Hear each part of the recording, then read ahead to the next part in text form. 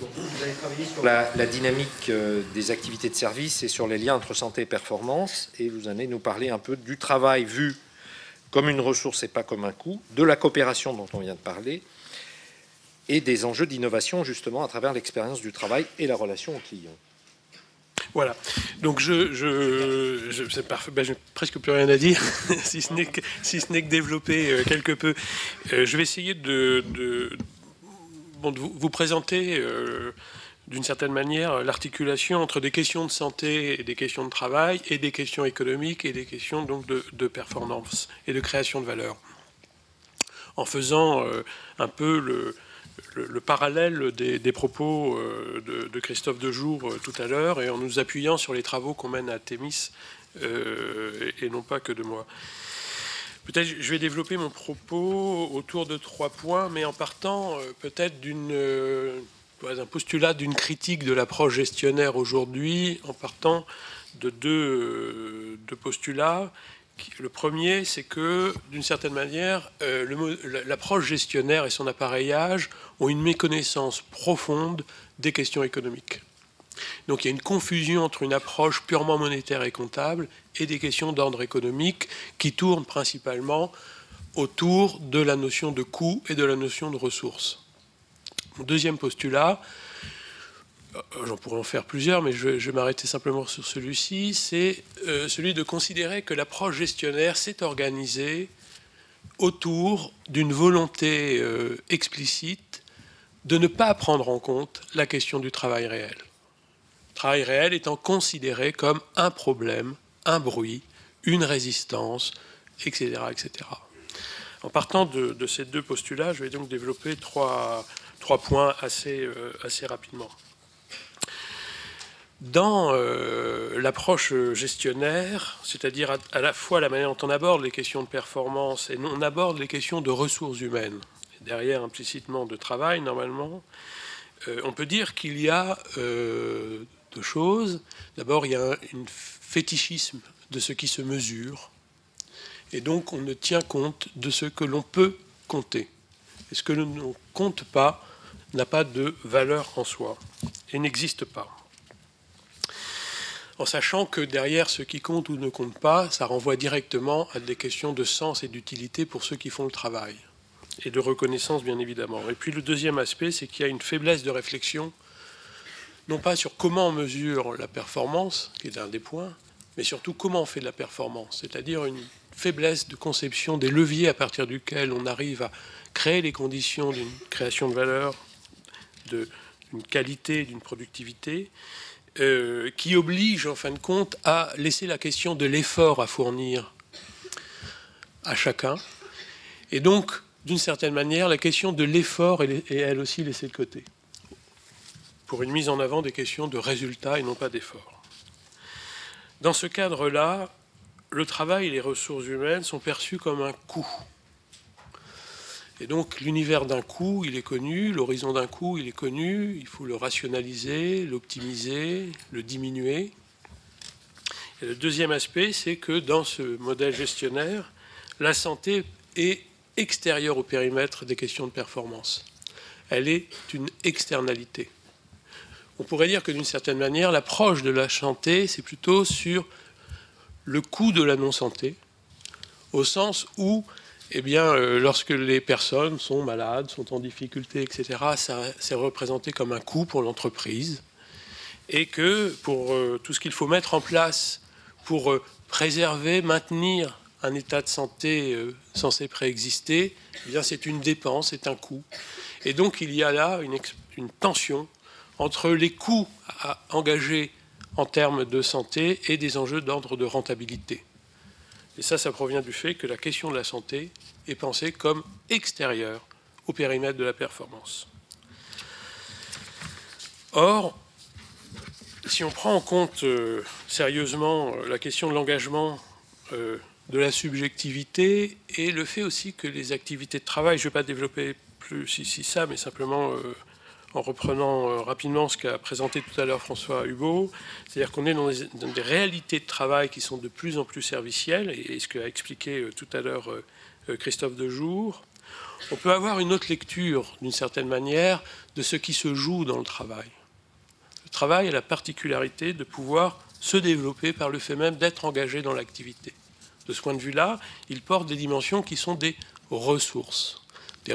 immatérielles, qu'on peut nommer les compétences, la question de l'implication et de la motivation, la façon de s'engager dans le travail, la question de la santé, la question de la confiance en soi, dans les autres, qui sont un élément essentiel du vivre ensemble et de la place de la coopération, sont des ressources immatérielles qui ont donc la particularité de pouvoir se développer sous certaines conditions par le fait même d'être engagé dans l'activité de travail. Bien entendu, d'autres conditions, et on en a les effets délétères, lorsqu'on est du côté pathogène, eh bien, on peut avoir des modalités d'organisation, des modalités de management, des modalités d'évaluation du travail, etc., qui peuvent, au contraire, venir abîmer, réduire ces ressources immatérielles. Et donc, le premier point qu'on peut retenir ici, c'est que le travail, en prenant en compte la question de l'engagement de la subjectivité dans le travail, permet de porter un autre regard sur la notion de travail et de ses dimensions comme des ressources immatérielles qui supposent à ce moment-là des dispositifs à mettre en place pour qu'elles puissent se potentialiser, se développer. Dispositifs d'évaluation, des dispositifs de professionnalisation et une capacité à mettre en délibération le travail réel. En faisant ça, on a à ce moment-là un enjeu de gestion, comme l'a rappelé François Hubaut tout à l'heure, qui est de potentialiser ces ressources immatérielles, car l'inverse, François l'a rappelé, c'est une faute de gestion que de ne pas s'intéresser aux ressources dont on dispose. Le deuxième élément que je voudrais indiquer, c'est que dans cette approche gestionnaire,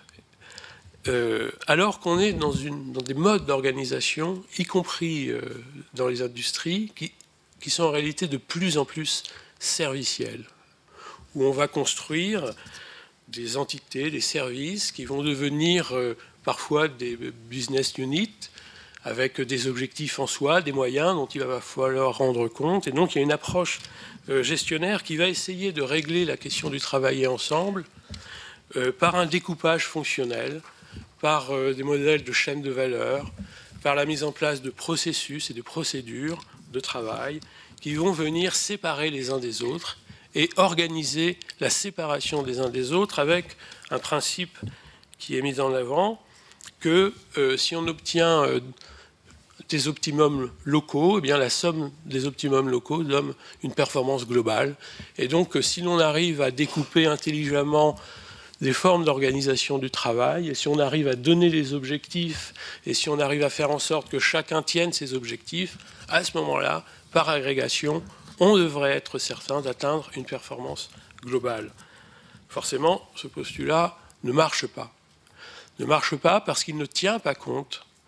de ce qui se joue dans le décalage et dans l'articulation des uns avec les autres dans le travail, que l'on peut appeler des questions de coopération, qui ne sont pas simplement,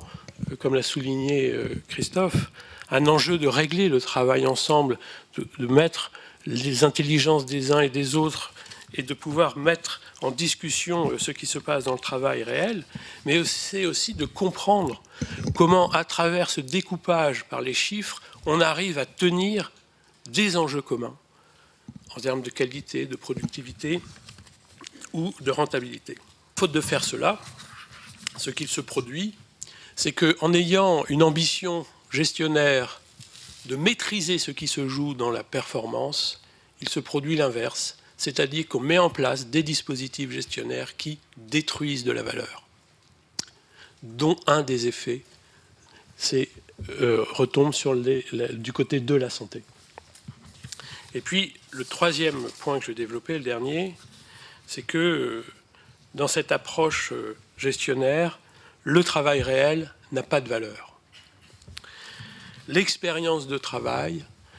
ce que savent faire les gens, ce pourquoi ils le font, n'a pas de valeur. D'une certaine manière, ce qui fait le métier n'est plus reconnu, n'a pas de valeur. Or, l'expérience de travail, c'est ce qui permet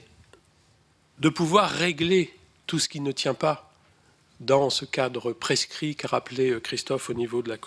coordination. C'est ce qui permet, d'une certaine manière, de pouvoir rendre le cadre prescrit plus pertinent.